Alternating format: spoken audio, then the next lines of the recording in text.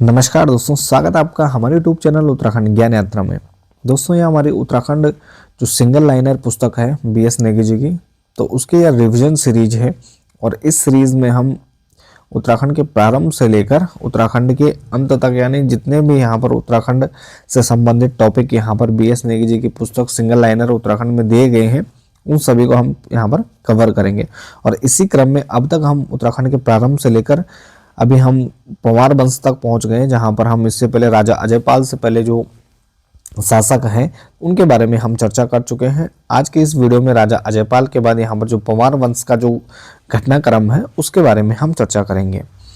तो इससे पहले हमने जो अजयपाल से पूर्व परमार शासक थे उनके बारे में चर्चा की। अब राजा अजयपाल के बारे में चर्चा करेंगे। तो सबसे पहले अजयपाल को गढ़वाल के परमार वंश का यहाँ पर 37वां राजा माना जाता है। तो 37वें ये शासक बनते हैं और राहुल सांकरत्यायन जी ने अजयपाल को परमार वंश का संस्थापक माना है। और अजयपाल का शासन 1490 से 1519 ईस्वी तक रहा। तो यहाँ पर थोड़ा सा यहाँ पर आपको जो घटनाक्रम है उसको समझना पड़ेगा कि जो अधिकतर इतिहासकार हैं वह जो प्रारंभिक या संस्थापक है पंवार वंश का प्रथम शासक है वह कनकपाल को स्वीकार करते हैं, आयोग भी मानते हैं। लेकिन यहाँ पर राहुल सांकरत्यायन और कुछ इतिहासकार और हैं जो यहाँ पर अजयपाल को पंवार वंश का संस्थापक भी मानते हैं। तो उसके पीछे यहाँ पर इतिहासकारों द्वारा अलग अलग मत दिए जाते हैं। लेकिन यहाँ पर राहुल सांकरत्यायन ने अजयपाल को पंवार वंश का संस्थापक माना है। टाइम पीरियड 1490 से 1519।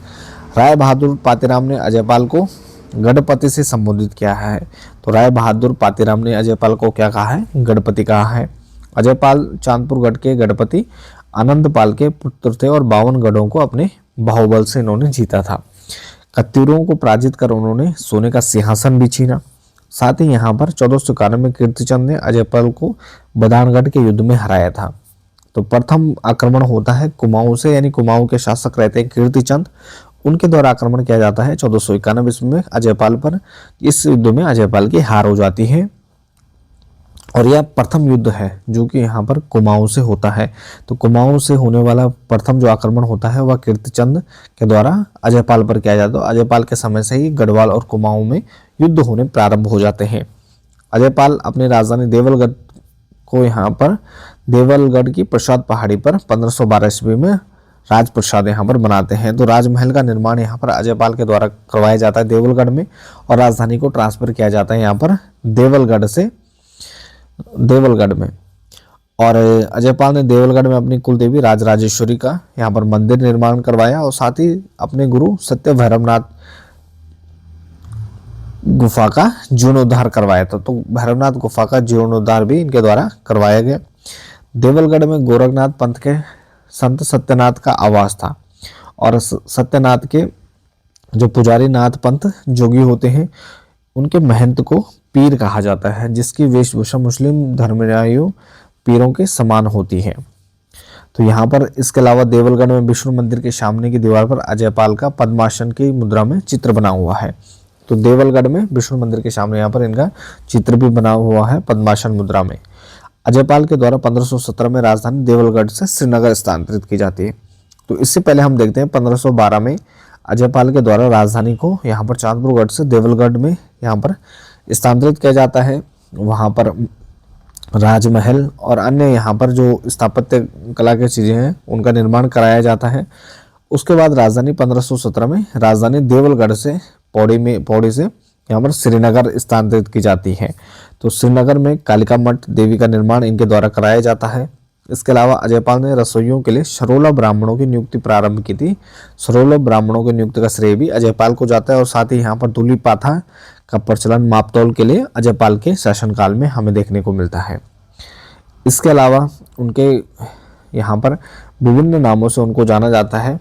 गढ़वाल का अशोक उन्हें कहा जाता है, गढ़वाल का बिस्मार्क उन्हें कहा जाता है और गढ़वाल का नेपोलियन भी कहा जाता है। साथ ही प्रोफेसर अजय सिंह रावत ने अजयपाल की तुलना मौर्य सम्राट अशोक से, जबकि कवि भरत ने मानवोदय काव्य में, जो कि यहाँ पंवार वंश का प्रथम ऐतिहासिक काव्य है, मानवोदय काव्य में अजयपाल की तुलना किससे की? कृष्ण, भीम, कुबेर और इंद्र। तो विभिन्न नामों से इनकी तुलना की गई है। अजयपाल गोरखनाथ पंथ का अनुयायी था। तो ये गोरखनाथ पंथ के अनुयायी थे और गोरखनाथ पंथ के अनुयायी भर्तृहरि व गोपीचंद थे। तो अन्य अनुयायियों की बात करें तो भर्तृहरि और गोपीचंद भी क्या थे, गोरखनाथ पंथ के अनुयायी थे। तो अजयपाल भी इसी पंथ के अनुयायी थे।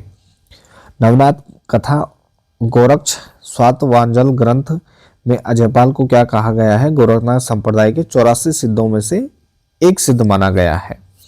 इसके अलावा एक सांवरी ग्रंथ है डॉक्टर सुरवीर सिंह का, यह हस्तलिखित ग्रंथ है। यह ग्रंथ तांत्रिक विद्या पर आधारित है।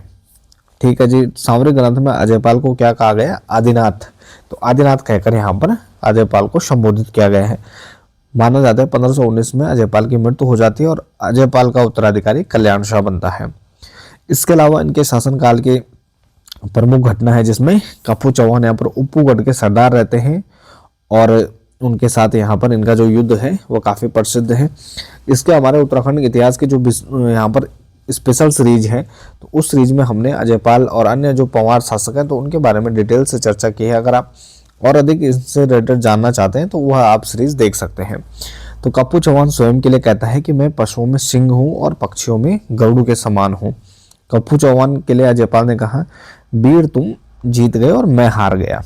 तो ये अंतिम जब कप्पू चौहान की मृत्यु हो जाती है तो उसके बाद वह इस शब्दों का यहाँ पर प्रयोग करते हैं। इसलिए कप्पू चौहान ने अजयपाल के सामने सिर कटा दिया था लेकिन झुकाया नहीं था। तो तब वो कहते हैं कि वीर तुम जीत गए और मैं हार गया। अजयपाल का अंतिम युद्ध उप्पूगढ़ या उदयपुर पर ही था और अजयपाल ने स्वयं कप्पू चौहान को मुखाग्नि दी थी। तो अंतिम संस्कार भी उनके द्वारा इनका कराया गया था। तो यहाँ पर कप्पू चौहान से रिलेटेड यहाँ पर इंटरेस्टिंग घटना है। जब वो समस्त गढ़ों को विजय कर रहे होते तो उस क्रम में यहाँ पर उदयपुर या उप्पूगढ़ पर भी इनके द्वारा आक्रमण किया जाता है। इसके बाद हम देखते हैं कि नए राजा बनते हैं सहजपाल। देवप्रयाग के क्षेत्रपाल मंदिर के द्वार पर एक शिलालेख प्राप्त होता है। वह 42वें राजा सहजपाल का 1548 का है। तो क्षेत्रपाल मंदिर से इनका एक शिलालेख प्राप्त होता है 1548 का। देवप्रयाग के रघुनाथ मंदिर के घंटी पर लेख यहाँ पर 1561 ईस्वी का प्राप्त होता है और माना जाता है इसे सहजपाल ने चढ़ाया था। सहजपाल का शासन 1547 से 1575 का माना जाता है। सहजपाल क्या है, मुगल शासक अकबर के समकालीन शासक है। सहजपाल को अब लेखों में क्या कहा गया है, वीर गुणज्ञ सुखद परजाया। तो वीर गुणज्ञ सुखद परजाया कहा गया है किसको, यहाँ पर सहजपाल के लिए। तो सहजपाल के समय अकबर ने गंगा स्रोत खोजने के लिए यहाँ पर एक खोजी दल भेजा था। तो उस समय यहाँ पर जब गढ़वाल और खोजी दल भेजते हैं गंगा का स्रोत जानने के लिए तो उस समय यहाँ पर शासक कौन रहते हैं, सहजपाल रहते हैं। सहजपाल के समय अकबर ने पांडुकेश्वर के योग बद्री मंदिर में एक घंटा चढ़ाया था।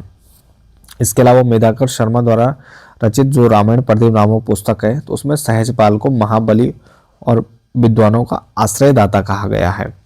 तो रामायण प्रदीप मेधाकर शर्मा की पुस्तक है जिसमें सहजपाल को क्या कहा गया है, महाबली या विद्वानों का आश्रयदाता। और साथ ही सहजपाल के 5 अभिलेख देवप्रयाग के रघुनाथ मंदिर से प्राप्त होते हैं। तो देवप्रयाग के रघुनाथ मंदिर से यहाँ पर 5 अभिलेख यहाँ से इनके प्राप्त होते हैं। इसके बाद अगले शासक हैं 43वें शासक हैं बलभद्र शाह। तो बलभद्र शाह के जो अन्य नाम हैं बलराम, दुलाराम शाह और बहादुर। तो इनके अन्य नाम बलराम, दुलाराम शाह और बहादुर हैं। बलभद्र शाह पहले राजा हैं जिन्होंने अपने नाम के आगे शाह की उपाधि धारण की और परंतु कल्याण शाह के नाम के आगे भी शाह लगा हुआ है। लेकिन उसके बाद यहाँ पर हम कल्याण शाह के बाद देखते हैं कि वह अन्य जो उसके बाद आने वाले शासक हैं तो उनमें देखने को नहीं मिलता है। बलभद्र शाह के बाद देखते हैं हम कि जो शाह है उसके बाद यहाँ पर लगातार जो अन्य शासक आएंगे तो सबके नाम के आगे यहाँ पर शाह लगा हुआ। भक्त दर्शन के अनुसार परमारों को शाह की उपाधि औरंगजेब ने दी, जो कि तर्कसंगत नहीं लगता है। टाइम पीरियड का यहाँ पर आपको देखने को मिलेगा। शाह उपाधि के बारे में अनेक मतभेद देखने को मिलते हैं। कोई भी तर्क इस बारे में सटीक नहीं बैठता, मगर ये कह सकते हैं कि बलभद्र शाह के बाद ही यह जो शाह उपाधि है यह क्रमागत हो जाती है। लोग कहते हैं कि परमारों को शाह उपाधि लोधी वंश के शासक बहलोल लोधी ने दी थी। बलभद्र शाह के समय गढ़वाल में राजदूत भेजने की प्रथा प्रारंभ होती है और 1581 में ग्वालदम का युद्ध होता है जिसमें बलभद्र शाह और रुद्रचंद के बीच यह युद्ध होता है। परंतु शिव प्रसाद डबराल युद्ध की तिथि 1591 मानते हैं और ग्वालदम युद्ध में रुद्रचंद की पराजय होती है और उसका सेनापति पुरुषोत्तम पंत या जिसे पुरखू पंत भी कहते हैं वह मारा जाता है। कवि देवराज ने बलभद्र शाह की तुलना किससे की है, भीम से की है। कवि देवराज द्वारा। रामायण प्रदीप के अनुसार बलभद्र शाह ने श्रीनगर में चित्रशाला का निर्माण भी करवाया था। साथ ही ढांढरी शिलालेख का संबंध भी बलभद्र शाह से है, जिसमें उसके 1593 तक जीवित होने की जानकारी प्राप्त होती है। तो ढांढरी शिलालेख का संबंध किससे है? बलभद्र शाह से है। इसके बाद जो नेक्स्ट शासक है वह बनते हैं मानसा। मानसा बनते हैं 44वें शासक, और मानसा के लेख देवप्रयाग के क्षेत्रपाल मंदिर से 1608, रघुनाथ मंदिर 1610 के यहाँ पर प्राप्त होते हैं। कहाँ से होते हैं? क्षेत्रपाल मंदिर और रघुनाथ मंदिर दोनों से। मानसा का शासनकाल 1591 से 1611 ईस्वी तक माना जाता है। मानसा के काल में चंद शासक लक्ष्मी चंद ने 7 बार आक्रमण किया। तो 7 बार यहाँ पर गढ़वाल पर आक्रमण करता है कौन? यहाँ पर लक्ष्मी चंद, जो कि कुमाऊं चंद शासक है, और इसमें सब में हार का मुंह उनको देखना पड़ता है। तो 7 बार यहाँ पर लक्ष्मी चंद कुमाऊं शासक हार जाते हैं। बद्रीदत्त पांडे के अनुसार मानसा का सेनापति नंदी था। मानसा के ने श्रीनगर के अंतर्गत ही मानपुर नगर का यहाँ पर निर्माण करवाया था या बसाया था। मानसा ने पश्चिमी तिब्बत का दापव जो प्रांत था उसको जीता था, और राजा मानसा को कर के रूप में 1.25 सेर सोना और एक 4 सींग वाला मेढ़ा देता था। तो उनको टैक्स के रूप में वहां से 1.25 सेर सोना और एक 4 सींग वाला मेढ़ा प्राप्त होता था। दापा प्रांत पर इन्होंने कब्जा किया था, उसके बाद वो टैक्स के रूप में देता था। मानसा के दरबार में कवि भरत रहते हैं, और जहां पर मानवोदय काव्य की रचना इनके द्वारा की जाती है संस्कृत भाषा में। तो मानवोदय काव्य की रचना किसके काल में होती है? मानसा के काल में कवि भरत के द्वारा, और किस भाषा में? संस्कृत भाषा में। काफी महत्वपूर्ण है। मानवोदय काव्य में मानसा को सूर्य के समान तेजस्वी और राजा बलि के समान दानवान बताया गया है। तो सूर्य के समान तेजस्वी बताया गया और राजा बलि के समान दानवान बताया गया है मानसा को। किसमें? मानवोदय काव्य में। कवि भरत को मुगल बादशाह जहांगीर ने ज्योतिक राय की उपाधि दी, और साथ ही कवि भरत ने जहांगीर विनोद की रचना की थी। तो कवि भरत के द्वारा यहाँ पर जहांगीर ने ज्योतिक राय की उपाधि किसको? कवि भरत को, और जहांगीर विनोद की रचना कवि भरत के द्वारा की गई है। इसके अलावा मानसा ने देवलगढ़ के गौरजा मंदिर में स्वर्ण कलश यहाँ पर भेंट किए थे। इसके अलावा the early travels in India पुस्तक है फोस्टर की। यूरोपीय यात्री विलियम की 1608 से 1611 ईस्वी तक की यात्रा का वर्णन देखने को इसमें मिलता है। विलियम फिंच ने मानसा का जिक्र करते हुए गढ़वाल का प्रतापी राजा गंगा यमुना के बीच फैला हुआ है, जिसकी राजधानी श्रीनगर थी, और वहां का शासक सोने के बर्तन में भोजन करता है। तो विलियम फिंच ने मानसा का जिक्र किया है, जिसमें उन्होंने कहा है कि गढ़वाल का जो प्रतापी राज्य है गंगा और यमुना के बीच फैला हुआ है, जिसकी राजधानी कहाँ है? श्रीनगर है, और वहाँ का जो शासक है तो सोने के बर्तन में वह भोजन करता है। यह किसके शासनकाल की बात करें? मानसा की। तो मानसा अकबर और जहांगीर के समकालीन था। उसके समय चंद राजा लक्ष्मी चंद था। इनके अलावा जीतू बगड़वाल यहाँ पर बगुड़ी गांव टेरी के रहने वाले थे, जिनके पवाड़े आज भी टेरी गढ़वाल में प्रचलित हैं। जीतू बगड़वाल के पिता गरीबा राई और माता सुमेरु थी। जीतू बगड़वाल के समय देवलगढ़ का शासक मानसा था, जिसने उसे भोट का फौदार नियुक्त किया था। तो भोट क्षेत्र यानी जो भोटिया क्षेत्र है, चमोली उत्तरकाशी पिथौरागढ़ का ऊपरी क्षेत्र है, तो भोट क्षेत्र का फौदार यहाँ पर नियुक्त किया गया था मानसा के द्वारा जीतू बगड़वाल को।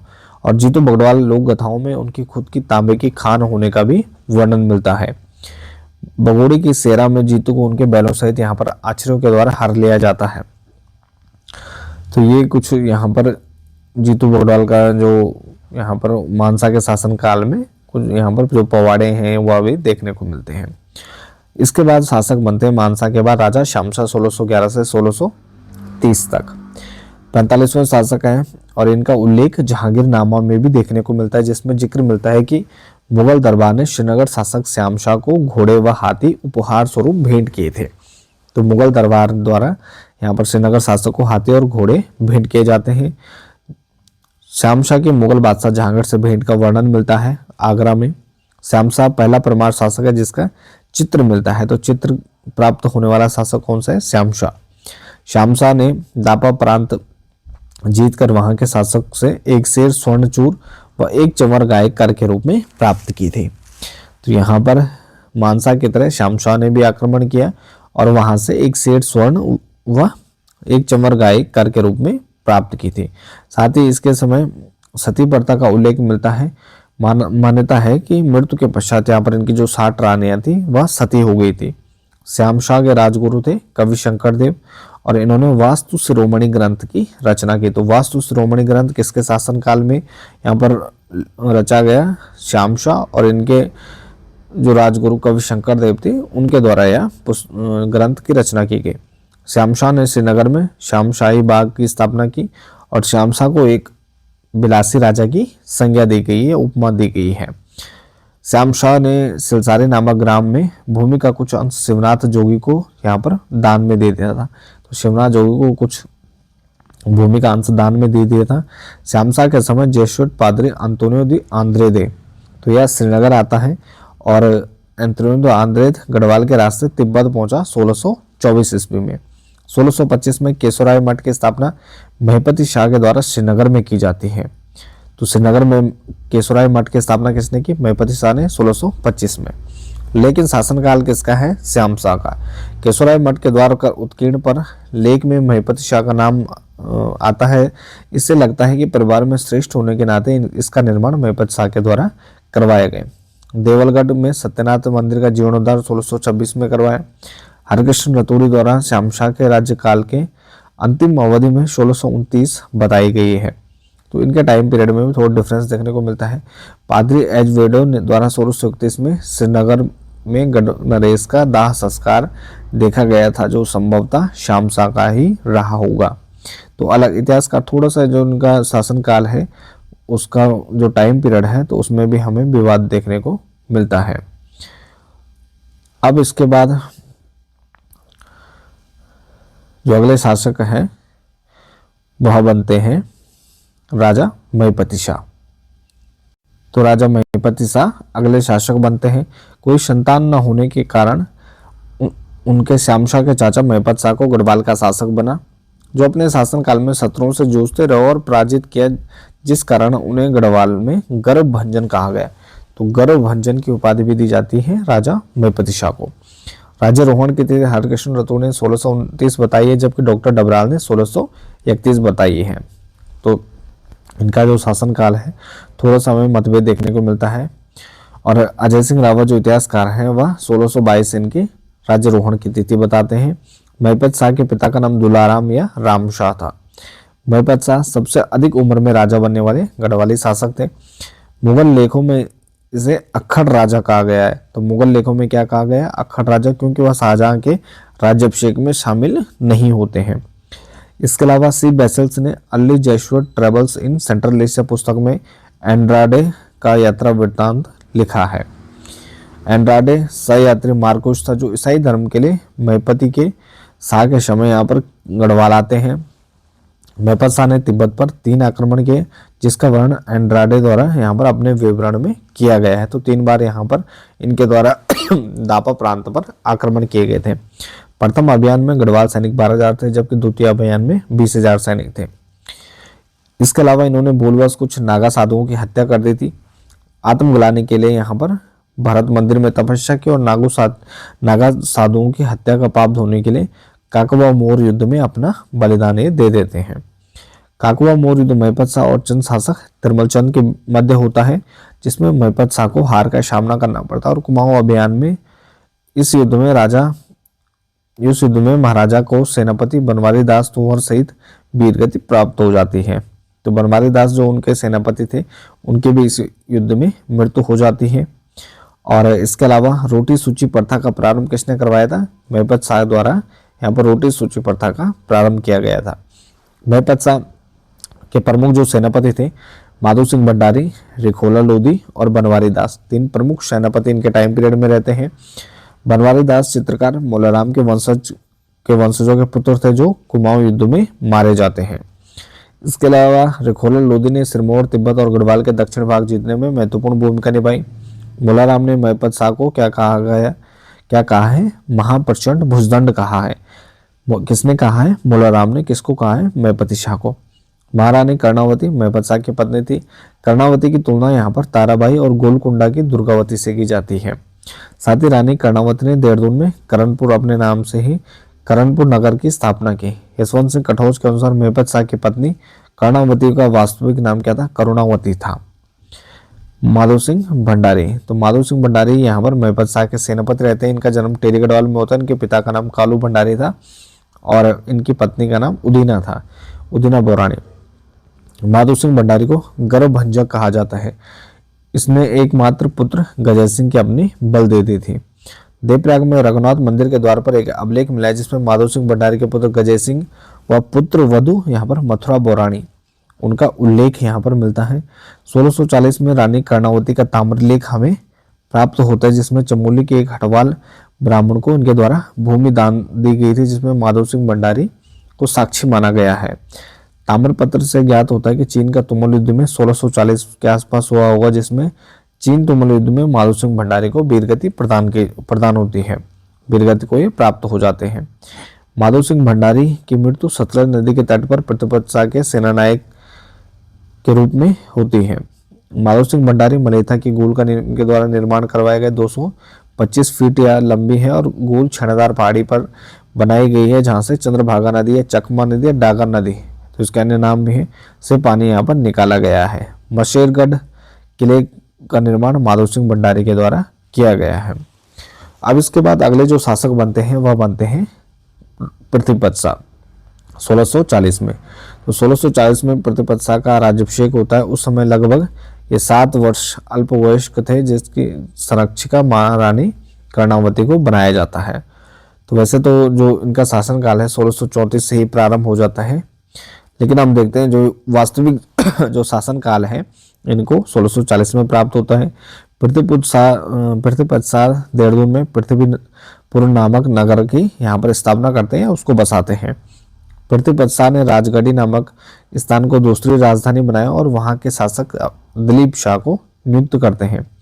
मुगल राजा शाहजहां ने 1655 में खलीतुल्लाह कासिम खां के नेतृत्व में गढ़ राज्य की सीमाओं को घेर लेते हैं और राजा भाज बहादुर चंद व सिरमौर राजा रहते हैं जो मेंधाता प्रकाश, तो इन्होंने मुगल सेना का साथ दिया और तीनों सेनाओं ने दून घाटी पर यहाँ पर हमला किया और विजय प्राप्त की। प्रतिपत शाह ने मुगल शहजादा सुलेमान सिकोह को शरण दे, इसे अबागा शहजादा कहते हैं। तो सुलेमान शाह को शरण देने वाले शासक कौन है? गढ़वाल शासक प्रतिपत शाह है।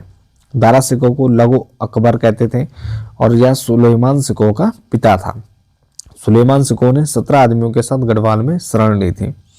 सुलेमान को पकड़ने के लिए औरंगजेब ने पहले जयसिंह को गढ़वाल भेजा और उसके बाद जयसिंह के पुत्र राम सिंह को यहाँ पर गढ़वाल भेजा था। मेदिनी शाह व राम सिंह ने मिलकर सुलेमान सिकोह को दिल्ली दरबार में पेश किया था। तो मेदिनी शाह प्रतिपत शाह के पुत्र थे। मेदिनी शाह ने सुलेमान सिकोह को औरंगजेब को सौंपा, तब प्रतिपत शाह ने मेदिनी शाह को यहाँ पर देश निकालने की सजा दी गई थी। पराक्रमी राजा का डरपोक पुत्र किसे कहा गया? तो मेदिनी शाह को कहा गया है। मेदिनी शाह की दिल्ली में 1662 में मृत्यु की खबर औरंगजेब ने यहाँ पर पत्र लिखकर प्रतिपत शाह को दी थी। हाटकोटे की संधि यहाँ पर प्रतिपत शाह और मंदाता प्रकाश के बीच होती है। औरंगजेब का 1665 ईस्वी का पत्र मिलता है जिसमें फतेहपति शाह को राजा बनने की बधाई देता है। प्रतिपत शाह ने लगभग 1664 ईस्वी में गद्दी यहाँ पर त्याग कर फतेहपति शाह को राजा बनाया था। 1667 में प्रतिपत शाह की मृत्यु के बाद उनके जो पौत्र रहते हैं फतेहपति शाह, उनको गद्दी पर बिठाया था। ट्रेवनियर ने अपनी पुस्तक ट्रेवल्स इन इंडिया में गढ़ राज्य के बहादुरी की प्रशंसा की है। कुंभ मेले के अवसर पर गंगा स्नान के समय देसी राजाओं के बीच जब मेदिनी शाह ने कहा मेरी गंगा होली तो मैं मेरा पास आली, तब गंगा की एक धारा चंडी की ओर चली गई, जिसे आज भी गंगा जी की नील धारा कहा जाता है। तो यह मान्यता है मेदिनी शाह के टाइम पीरियड में। रानी कर्णावती की अगर हम बात करें तो प्रतिपत शाह की संरक्षिका महारानी कर्णावती बनती हैं और यह मेहपत शाह की पत्नी रहती हैं। 1635 में जब यहाँ पर शाहजहां के जो सेनापति रहते हैं नवाजत खां, उनके द्वारा दून घाटी पर आक्रमण होता है, तो उस समय यहाँ पर गढ़वाल की संरक्षिका रहती है महारानी कर्णावती। यह अपनी सूझबूझ से यहाँ पर मुगल सैनिकों को पकड़वाती है और उनके नाक कान कटवा देती हैं। तब से इनको नाक कटनी रानी के रूप में जाना जाता है। नवाजत खां सिरमौर के राजा मंदाता प्रकाश की सेना ने भी युद्ध में इनके साथ भाग लिया था। यह मिलकर आक्रमण करते हैं गढ़वाल पर। शिव प्रसाद डबराल ने रानी कर्णावती को नाक काटने रानी कहा। तो शिव प्रसाद डबराल जी ने यहाँ पर रानी कर्णावती को क्या कहा, नाक काटने रानी कहा। निकोलस मनुचू ने अपनी पुस्तक स्टोरिया डू मोगोर में कर्णावती को साक्षात क्या है, दुर्गा के समान बताया है। कर्णावती के समय दून घाटी की राजधानी कहाँ थी, नवादा थी। और साथ ही कर्णावती रानी ने करणपुर गांव की यहाँ पर स्थापना की थी, करणपुर गांव को बसाया था। फतेहपत साहब गुरुद्वारा की आय हेतु 3 ग्राम यहाँ पर इनके द्वारा दान दिए गए थे। तो गुरुद्वारे के लिए यहाँ पर खुरबुड़ा, राजपुर और चामाशारी दान दिए गए थे। जबकि फतेहपत शाह के जो पौत्र रहते हैं, उनके नाते रहते हैं प्रदीप शाह, तो उनके द्वारा 4 ग्राम यहाँ पर छाया वाला, भोजन वाला, पंडितवारी और घाट वाला तो गुरुद्वारा को यहाँ पर दान में दिए जाते हैं। मोलाराम के अनुसार फतेहपत शाह का उत्तराधिकारी कौन हुआ, उपेंद्र शाह हुआ। उपेंद्र शाह ने लगभग 1 वर्ष तक शासन किया। परमार वंश का सबसे कम इनका शासनकाल है, तो सबसे कम शासनकाल किसका है, उपेंद्र शाह का। और दिवाली के दिन इनकी मृत्यु हो जाती है। भक्त दर्शन एवं वाल्टन फतेहपत शाह का उत्तराधिकारी होता है। तो भक्त दर्शन और वाल्टन क्या मानते हैं, फतेहपत शाह का उत्तराधिकारी किसको मानते हैं, दिलीप शाह को मानते हैं, जिसका कोई स्पष्ट साक्ष्य नहीं है। इसके अलावा रतन कवि के अनुसार फतेहपत शाह के समय राज्य में इतनी शांति थी कि लोग घरों में ताले तक नहीं लगा देते थे। ये किसने कहा है, रतन कवि ने कहा है। फतेहपत शाह के काल में पहले कठैत गर्दी हुई थी, जबकि कठैतों द्वारा प्रजा पर अनेक कर लगाने के कारण भारी अराजकता मची हुई थी। उन्होंने धर्माधिकारी शंकर डोभाल को मरवाया था। साथ ही उनके जो रिश्तेदार पुरिया नथानी ने चांदपुर गढ़ के बदान के सयाना फौज से मिलकर श्रीनगर में कोठा जलवाकर उनको मरवाया था। और मरे सरदारों को यहाँ पर खागरा गुलाब राय के बीच की पहाड़ी पंच भैया खाल के चौरों में लिंग के रूप में आज भी ये गड़े मिलते हैं, इनको गड़े दिया था। वर्तमान में पंच भैया खाल यहाँ पर रुद्रप्रयाग जनपद में यह स्थित है, नरकोटा के पास है। इसके बाद जो नेक्स्ट शासक है वह है राजा फतेहपत शाह। इसके बाद राजा फतेहपति शाह के बाद प्रतिपत शाह के बाद राजा फतेहपति शासक बनते हैं। गढ़वाल का शिवाजी इनको कहा जाता है, गढ़वाल का शिवाजी। फतेहपत शाह का गुरु गोविंद सिंह की भांति घोड़े पर बैठा चित्र प्राप्त होता है, जहां इनकी उम्र 33 वर्ष लिखी गई है। हरिकृष्ण रतोड़ी के अनुसार फतेहपत शाह के संरक्षिका कौन थी, राजमाता कटोची थी। तो राजमाता कटोची इनकी संरक्षिका थी। गढ़वाल का स्वर्णकाल इनके टाइम पीरियड में कहा जाता है कि मतीराम ने फतेहपत शाह के काल को क्या कहा, गढ़वाल का स्वर्णिम काल की संज्ञा दी है। गुरु बिलास के अनुसार जो भंगाणी का युद्ध होता है गुरु गोविंद सिंह और फतेहपत शाह के बीच 1689 में होता है। किसके अनुसार, गुरु बिलास के अनुसार। फतेहपत शाह के सम्मान में उनकी तलवार और हथियार कई वर्षों तक यहाँ पर दापा बिहार में रखे गए थे। भंगाणी के युद्ध के कारण सिरमौर के राजा मेदिनी प्रकाश से गुरु की मित्रता या पुत्री के विवाह के अवसर पर गुरु के उपहारों को यहाँ पर उनके द्वारा लौटा दिया गया, जिसके कारण यहाँ पर भंगाणी का युद्ध देखने को मिलता है। गुरु गोविंद सिंह ने अपनी आत्मकथा विचित्र नाटक में भंगाणी के युद्ध का वर्णन किया है। फतेहपत शाह ने अपनी पुत्री का विवाह बिलासपुर के राजा भीमचंद के पुत्र से किया था। मेमोयर्स ऑफ देहरादून के लेखक कौन है, GRC विलियम्स हैं। Memoirs of Dehradun. Memoirs of Dehradun में लिखा है कि फतेहपत शाह ने सहारनपुर पर आक्रमण कर यहाँ पर फतेहपुर नगर की स्थापना की। तो सहारनपुर पर आक्रमण किया और फतेहपुर यहाँ पर नगर की स्थापना करते हैं। इनको क्या कहते हैं, गढ़वाल का अकबर भी कहा जाता है। किसको, फतेहपत शाह को। अकबर की भांति इनके दरबार में नवरत्न विराजने के कारण यहाँ पर क्या कहा जाता था, गढ़वाल का अकबर। जो 9 रत्न थे उनके नाम थे खेतराम दशमाना, श्री सुरेशानंद बर्थवाल, हरिदत्त नौटियाल, रुद्रदत्त की मोठी, शशिधर डंगवाल, बाष्पानंद बोगना, सहदेव चंदोला और हरिदत्त थपलियाल एवं श्री कीर्तिराम कंठोला कहते हैं, इनके नवरत्न थे। फतेहपत शाह ने समुद्रगुप्त की भांति क्या किया, मुद्रा लेख लिखवाया था। और साथ ही यह संत बालकनाथ से अत्यधिक प्रभावित एवं उसके अनुयायी थे। फतेहपत शाह गुरु राम राय को अपने दरबार में बुलाते हैं और देहरादून में गुरुद्वारा बनाने में उनकी मदद करते हैं। इसके अलावा फतेहपत शाह के दरबारियों की अगर हम बात करें तो रतन कवि या श्री क्षेमराज, जटाधर व मतीराम फतेहपत शाह के दरबारी कवि थे। फतेह शाह कर्ण ग्रंथ की रचना किसने की? श्री जटाधर या जटाशंकर द्वारा। तो फतेह शाह कर्ण ग्रंथ किसने लिखा है? श्री जटाधर या जटाशंकर। रतन कवि के द्वारा यहाँ पर हस्तलिखित ग्रंथ है फतेह प्रकाश, जो कि फतेह शाह से संबंधित है। रतन कवि ने फतेह शाह को अपने ग्रंथ फतेह प्रकाश में क्या कहा है? हिंदुओं का रक्षक, सील का सागर और उदंडों को दंड देने वाला कहा है। तो अत्यधिक तारीफ की है रतन कवि ने अपने फतेह प्रकाश नामक ग्रंथ में। हिंदुओं का रक्षक, सील का सागर, उदंडों को दंड देने वाला बताया है फतेह शाह को। ग्रंथ विरत कौमुदी या छंदसार पिंगल में यहाँ पर मतिराम है, तो उनके द्वारा यह पुस्तक या ग्रंथ की रचना की गई है। श्रीनगर के चित्रकार मंगतराज तोमर को यह समर्पित है। तो यह जो रचना है वो किसको समर्पित है? चित्रकार मंगतराम तोमर को समर्पित है मतिराम का रसराज ग्रंथ। कवि सुखदेव ने अपने ग्रंथ विरत विचार में फतेह शाह की वीरता का वर्णन किया है। तो फतेह शाह की वीरता का वर्णन विरत विचार में किसने किया है? कविराज सुखदेव ने। फतेह शाह ग्रंथ का संपादन डॉक्टर सूरवीर सिंह ने किया है। तो फतेह शाह का जो नामक ग्रंथ है उसका संपादन किसने किया? डॉक्टर सूरवीर सिंह।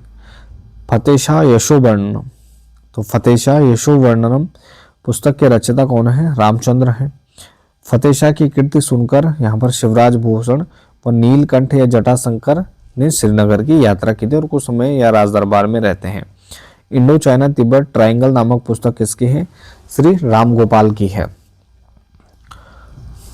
अब इसके बाद जो नेक्स्ट शासक बनते हैं राजा प्रदीप शाह।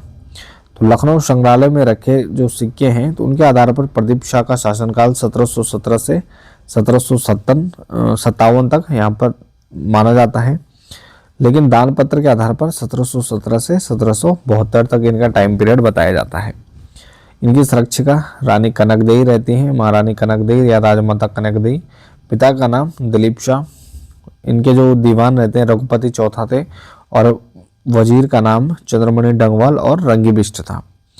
इनके जो बक्से थे विद्याधर डोभाल और आनंद सिंह थे। विद्याधर डोभाल और आनंद सिंह क्या थे? बक्सी।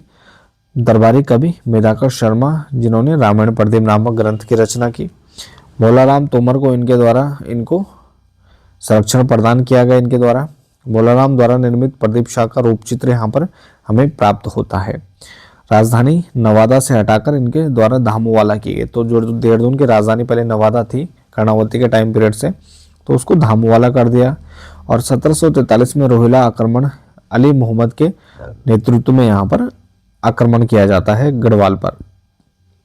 रोहिलों ने यहाँ पर कल्याण चंद चतुर्थ से संधि करते समय क्या किया? 3 लाख रुपए की मांग की। तो इस राशि को किसने दिया? प्रदीप शाह ने उधार दिया था कल्याण चंद को, जो कि यहाँ पर कुमाऊं शासक थे, कल्याण चंद फोर्थ को। सहारनपुर के रोहिला सरदार ने 1757 में यहाँ पर नजीब खां द्वारा देहरादून पर आक्रमण होता है और 1757 से 1770 तक तो नजीबुद्दौला या नजीब खां के अधिकार क्षेत्र में रहता है देहरादून। तो यहाँ पर गढ़वाल शासक का कब्जा 1757 से 1770 तक नहीं रहता है। प्रदीप शाह के कार्यकाल में चंद व पवार वंश की मित्रता के लिए जाना जाता है। तो यहाँ पर गढ़वाल का शासक 3 लाख उधार देकर यहाँ पर मदद कर रहा है किसकी? कल्याण चंद चतुर्थ यानी कुमाऊं शासक की। तो दोनों के बीच यहाँ पर यह जो टाइम पीरियड है मित्रता के लिए जाना जाता है। प्रदीप शाह की 2 ताम्र मुद्राएं तिमाशी, जिन्हें लखनऊ के राज्य संग्रहालय में रखा गया है। तो 2 ताम्र मुद्राएं या तिमाशी प्राप्त होते हैं जो लखनऊ के संग्रहालय में है। जयपुर राजा सवाई जयसिंह व प्रदीप शाह ने अपने अपने वकील दोनों राज्यों में नियुक्त किए थे। इन्हें वैदेशिक संबंधों को दर्शाता है। साथ ही प्रदीप शाह के दीवान रघुपति द्वारा शबलीगढ़ का यहाँ पर निर्माण का भी उल्लेख मिलता है।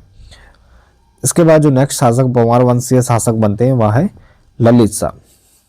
1772 में गद्दी पर बैठे और कुमाऊं शासक दीपचंद था उस समय। दीपचंद की जीवित अवस्था में कुंवर मोहन सिंह रौतेला ने 1770 में स्वयं कुमाऊं का शासक घोषित कर दिया। और वह जो कुमाऊं शासक थे दीपचंद, तो वह यहाँ पर सीरा के कारागार में रहते हैं। ललित शाह के समय सिखों द्वारा 2 बार 1775 और 78 में आक्रमण होते हैं देहरादून पर। सिरमौर का युद्ध होता है ललित शाह और सिखों के बीच 1779 में। इसके अलावा हर्षदेव जोशी ने ललित शाह को कुर्मांचल विजय के लिए आमंत्रित किया था, कुमाऊं विजय के लिए, आमंत्रित करते कौन, हर्षदेव जोशी। भोगाली पोखर युद्ध 1779 में होता है इसी क्रम में। और ललित शाह और मोहन सिंह के बीच युद्ध होता है जिसमें ललित शाह विजयी होते हैं और मोहन सिंह युद्ध में हार जाता है और भाग जाता है। ललित शाह ने प्रद्युम्न शाह को कुमाऊं की गद्दी पर बिठाया और हर्षदेव जोशी को प्रद्युम्न शाह का प्रधानमंत्री ये नियुक्त कर देते हैं। प्रद्युम्न शाह भी अपने आप को दीपचंद का दत्तक पुत्र घोषित कर देते हैं और प्रद्युम्न शाह ने डोटाली रानी का यह पुत्र था। तो प्रद्युम्न शाह क्या थे, डोटाली रानी का पुत्र था और स्वयं ये क्या बन जाते हैं, कुमाऊं, ये प्रद्युम्न शाह को क्या बना देते हैं, कुमाऊं का शासक बना देते हैं और प्रद्युम्न शाह खुद को दत्तक पुत्र घोषित कर देते हैं दीपचंद का। ललित शाह के 4 पुत्र थे, जैकेट शाह, प्रद्युम्न शाह, पराक्रम शाह और प्रीतम शाह। तो जो प्रद्युम्न शाह है वह दूसरे पुत्र रहते हैं दूसरे नंबर पे। तो यह क्या करते हैं, इनको बना देते हैं कुमाऊं शासक और जैकेट शाह को यहाँ पर ये अभी आगे चल के गढ़वाली शासक बनेंगे, गढ़वाल के शासक बनेंगे। ललित शाह की मृत्यु हो जाती है आते हुए हवालबाग नामक स्थान पर और हवालबाग के दुलोड़ी नामक स्थान पर। तो मलेरिया से इनकी मृत्यु हो जाती है और ललित शाह के उत्तराधिकारी जैकेट शाह बनते हैं। तो जैकेट शाह इसके बाद शासक बनेंगे 1780 से 85 और कहीं पर आपको 1786 भी मिलेगा। तो ये जो क्योठल रानी थी तो उनके ये पुत्र थे, 1780 से 85 तक शासन करते हैं। बैकेट की सूची जैकेट शाह के राज्यरोहण एवं शासन का समय क्या बताती है, 1780 से 86 तक बताती है। डॉक्टर मुकंदी लाल के अनुसार 80 से 85 तक इनको माना गया है, डॉक्टर मुकंदी लाल द्वारा। जैकेट शाह के दरबार में आपस में 2 दल बन गए थे, एक और खंडूरी और दूसरी ओर डोभाल। तो अलग अलग दल यानी गुटबाजी प्रारंभ हो गई थी। जैकेट शाह के समय कृपाराम डोभाल क्या थे, मुख्तार थे और नित्यानंद खंडूरी फौजदार थे। तो मुख्तार थे कृपाराम डोभाल और फौजदार थे नित्यानंद खंडूरी और वजीर थे जयदेव डंगवाल। तो कृपाराम डोभाल यहाँ पर क्या थे, एक तानाशाही प्रवृत्ति के थे जिन्होंने गढ़वाल में तनावपूर्ण वातावरण बना दिया था। नेगी जाति के सदस्यों ने दून के फौजदार घमंड मियाँ को श्रीनगर बुलाया और कृपाराम डोभाल को मारकर स्वयं मुख्तार बन गया। तो यहाँ पर नेगी जाति के सदस्यों ने क्या किया, दून के फौजदार रहते हैं तत्कालीन घमंड सिंह मियाँ, उसको बुलाते हैं और कृपाराम डोभाल को वह मौत के घाट उतार देता है, जिसके बाद घमंड सिंह के हाथों की कठपुतली बन जाते हैं जो शासक हैं जैकेट शाह। और जैकेट शाह ने सिरमौर के राजा जगत प्रकाश को यहाँ पर राजदूत भिजवाते हैं और कपरौली के युद्ध में प्रद्युम्न और पराक्रम शाह और विजयराम नेगी की संयुक्त सेना ने इनको हराया था। श्रीनगर आकर घमंड सिंह का ये वध कर देते हैं। सिख आक्रमणों को बचने के लिए जैकेट शाह क्या करता है, सिखों को राखी नामक कर देता था। तो पहला गढ़वाली ऐसा शासक है, पहला ऐसे शासक है गढ़वाल के जिन्होंने जैकेट शाह जिन्होंने सिखों से बचने के लिए यहाँ पर राखी कर देना स्वीकार किया था। और साथ ही 1786 में जैकेट शाह रघुनाथ मंदिर में अपने जीवन का अंत कर देते हैं। मुलाराम के अनुसार मरते समय जैकेट शाह ने प्रद्युम्न शाह और पराक्रम शाह को शराब देते हैं। साथ ही प्रद्युम्न शाह ने अपनी पैतृक संपत्ति श्रीनगर में कुमाऊं के जोशियों से लुटवाई थी, जिससे गढ़वाली में क्या कहा जाता है, जोशानी कांड कहा जाता है। और जैकेट शाह के समय दून में दूसरा रोहिला आक्रमण 1786 में होता है। रोहिला सरदार नजीब जंग के पुत्र गुलाम कादरी ने किया और दून को विजित कर वहां का जो प्रशासक है उमेद सिंह को इनके द्वारा बनवा दिया जाता है। इसके बाद अगले जो शासक बनते हैं जैकेट शाह के बाद प्रद्युम्न शाह। तो गढ़वाल व कुमाऊं के ये संयुक्त शासक इनको नियुक्त किया जाता है बद्रीदत्त पांडे के अनुसार। तो प्रद्युम्न शाह का शासनकाल 1786 से 1804 तक। तो प्रद्युम्न शाह का शासनकाल निम्न तिथियों में बांटा गया, जिसमें बैकेट के अनुसार प्रद्युम्न शाह का जो शासनकाल है 1786 से 1804 और मुकंदी लाल के अनुसार यहाँ पर 1785 से 1804, यानी 85-86 का थोड़ा डिफरेंस देखना पड़ेगा। रामी व धरणी खंडूरी भाई क्या थे, प्रद्युम्न शाह के काल में यहाँ पर राज्य में मंत्री थे। हर्षदेव जोशी प्रद्युम्न शाह के प्रतिनिधि के रूप में कुमाऊं पर शासन कर रहा था। कुमाऊं विजय के बाद 1791 में गढ़वाल के लंगूरगढ़ में गोरखों ने आक्रमण किया, जहां उन्हें हार का सामना करना पड़ता और 91 में पराजित गोरखाओं को 25,000 वार्षिक कर देकर शत्रुओं से राज्य की रक्षा की थी। साथ ही 1851-52 में यानी 1794-95 में गढ़वाल में भयंकर अकाल पड़ता है, जिसे 51-52 का अकाल भी कहते हैं। तो 1794-95 और 1851-52 में 52 का मतलब गढ़वाल में भयंकर अकाल से है। 1803 में गढ़वाल में भयंकर भूकंप आता है, जिसमें अमर सिंह थापा व सिदल चौतरिया के नेतृत्व में गोरखों द्वारा आपदाग्रस्त जो गढ़वाल पर आक्रमण किया जाता है और काफी हिस्से पर कब्जा कर लिया जाता है। यहाँ पर गढ़वाल नरेश क्या करते हैं, बहुमूल्य जो सिंहासन रहते हैं, आभूषण रहते हैं, उनको सहारनपुर में 12,000 बेचकर 12,000 के सैनिकों की सेना इकट्ठी करते हैं, जिसमें लंडौर रियासत में गुर्जर राजा रामदयाल उनकी सहायता करते हैं। 14 मई 1804 को खुरबुड़ा का युद्ध होता है प्रसिद्ध, जिसमें प्रद्युमन शाह जो गढ़वाल शासक हैं वो उनकी मृत्यु हो जाती है। उनके जो पुत्र रहते हैं, यहाँ पर प्रद्युमन शाह के जो भाई रहते हैं प्रीतम शाह, तो इनके भाई हैं प्रीतम शाह को गोरखाओं ने बंदी बनाया था, और दूसरा जो भाई थे वो सुदर्शन शाह वह हरिद्वार भाग गए थे। तो इनके पुत्र सुदर्शन शाह रहते हैं और भाई रहते हैं प्रीतम शाह। इसके बाद अक्टूबर 1814 में सुदर्शन शाह के कहने पर यहाँ पर लॉर्ड हेस्टिंग ने गोरखाओं के विरुद्ध क्या किया, अंग्रेजी सेना भेजी, और फिर उसके बाद यहाँ पर जो सुदर्शन शाह थे तो उनका टेरी में अलग से यहाँ पर टेरी शासन के बारे में हम जानेंगे। तो यहाँ पर टेरी में शासन स्थापित होता है। प्रद्युमन शाह भाई प्रेम के कारण गोरखों से युद्ध में शहीद हो गए थे, अतः हम कह सकते हैं कि प्रद्युमन शाह गढ़वाल का हुमायूं था। तो गढ़वाल के हुमायूं कहा जाता है प्रद्युमन शाह को। वैली ऑफ दून नामक जो पुस्तक है AR गिल की, जिसमें खुरबुड़ा का युद्ध का यहाँ पर विवरण मिलता है 1804 का। टेरी रियासत से पूर्व गढ़ प्रशासन, तो ये यहाँ पर स्वतंत्र शासकों में यहाँ पर जो प्रद्युमन शाह हैं वहाँ पर समाप्त हो जाती है। उसके बाद हम टेरी रियासत के शासकों के बारे में अलग से चर्चा करेंगे। तो पवारकालीन मंत्रिमंडल के जो पदाधिकारी होते थे, जिसमें राज महिषी यानी महारानी, कुमार या कुंवर, गुरु राजगुरु, पुरोहित, मुख्तार महामंत्री, वजीर प्रशासनाध्यक्ष, दीवान सेनापति को कहते थे, दफ्तरी राजाधीश प्रभारी होते थे, बक्सी कहते हैं दूध प्रेषण का कार्य करने वाले को, नेगी क्या होते, सम्रांत क्षत्रिय प्रतिनिधि होते थे, गोलदार राजधानी का सुरक्षा अध्यक्ष होता था, वकील राजदूत होता था, राजगुरु का पद मंत्रिमंडल में महत्वपूर्ण होता था, जिसे बाद में धर्माधिकारी कहा जाने लगा। पंवार अभिलेखों में शंकर गुरु ये श्याम शाह के समय थे, श्रीनिवास गुरु फतेहपत शाह के समय थे, श्रीपति गुरु प्रद्युमन शाह के समय थे, आदि गुरुओं के नाम मिलते हैं। गणराज्य की सबसे बड़ी प्रशासनिक इकाई क्या होती थी, मंडल होती थी, जिसे कालांतर में परगना कहा जाने लगा। पंवार शासकों ने वैष्णव, शैव और शाक्त धर्म के प्रति सहिष्णुता प्रदर्शित की थी। अब इसके बाद है टेरी रियासत का उदय, और 1815 के बाद यहाँ पर टेरी नरेश। तो 1815 के बाद यहाँ पर शासक बनते हैं सुदर्शन शाह, राजा सुदर्शन शाह। तो सुदर्शन शाह 1804 से 1814 तक यहाँ पर निर्वासन काल में रहते हैं, हरिद्वार के कनखल और ज्वालापुर में, क्योंकि यहाँ पर गोरखाओं का कब्जा रहता है। बरेली प्रवास के दौरान सुदर्शन शाह की मुलाकात कैप्टन हियरसर से होती है, और उसे दून व चंडी परगने 3,500 रुपये में बेच देते, जिसका जिक्र किसमें मिलता है, वैली ऑफ दून नामक पुस्तक में मिलता है। लेकिन यह सिर्फ कल्पना मात्र प्रतीत होता है, क्योंकि इसमें राजा के पूर्वजों के जो नाम दिए गए हैं वह अशुद्ध है। इसके अलावा सुदर्शन शाह का कार्यकाल 1815 से 1859 तक का है, और इनका विवाह हिमाचल की खनीति ठाकुर की पुत्री से हुआ। ब्रिटिश कंपनी ने सुदर्शन शाह पर 7 लाख रुपए न देने का आरोप लगाते हैं, और श्रीनगर पर, यानी जो पंवार वंशों की मूल राजधानी रहती है, प्रमुख राजधानी रहती है श्रीनगर, उस पर कब्जा कर लेते हैं।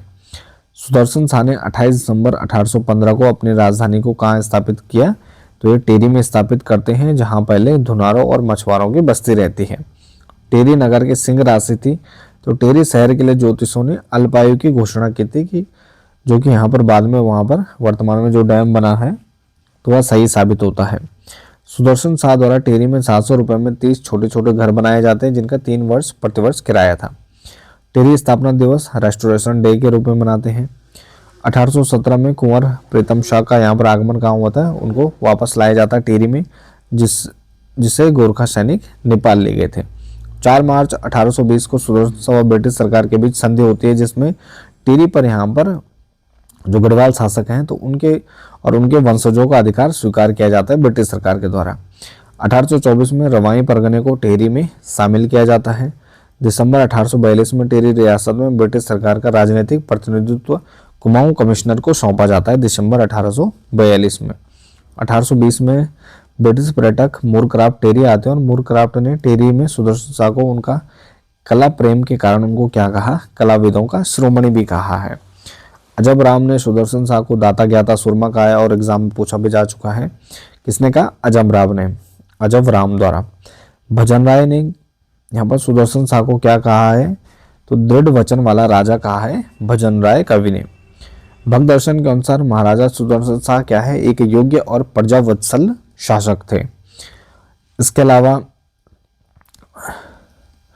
1857 की क्रांति को विफल करने में सुदर्शन शाह ने ब्रिटिश सरकार की मदद की, जिस कारण ब्रिटिश सरकार उन्हें बिजनौर प्रांत देना चाहती थी, लेकिन सुदर्शन शाह ने उनसे श्रीनगर, गढ़वाल और देहरादून लेना चाहते थे।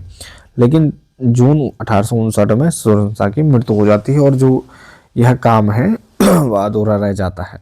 जब तक पत्राचार हो ही रहा था तब तक उनकी मृत्यु हो जाती है।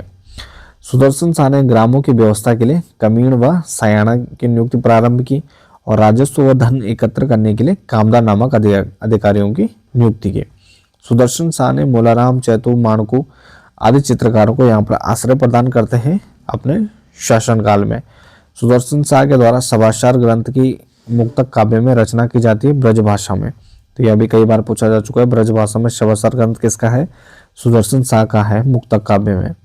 7 खंडों में यह विभक्त है और अनेक पदों के शीर्षक क्या है? गढ़वाली में है। सुदर्शन शाह स्वयं कवि क्या कहते हैं? स्वयं को सूरत कवि के नाम से संबोधित करते हैं। टिहरी की जनता सुदर्शन शाह को क्या कहती थी? बुलांदा बदरीस कहकर इनको संबोधित करते थे। और सुदर्शन शाह ने ब्रिटिश अधिकारी फ्राइडन या फ्रेजन की जान बचाई थी। किससे? बाघ से यहाँ पर जान बचाई जाती है। कवि कुमुदानंद ने सुदर्शन देवम काव्यम की रचना की है। मोलाराम ने सुदर्शन शाह से उचित सम्मान न मिलने पर उनकी निंदा में सुदर्शन दर्शन नामक कविता लिखी, जिसमें मोलाराम ने राजा को सूम, कृपण और खसिया नृप कहा है। तो मानता है कि गोरखा शासकों की प्रशंसा करने पर सुदर्शन शाह उनसे खिन्न हो गए थे और राजा ने उन्हें प्रोत्साहन नहीं दिया था। सुदर्शन दर्शन कविता मोलाराम की खिन्न मन को दर्शाता है। सकलाना की जनता ने तिहाड़कर के विरोध में 1851 में बद्री सिंह के असवाल के नेतृत्व में अठुर विद्रोह यहाँ पर इनके शासनकाल में किया था।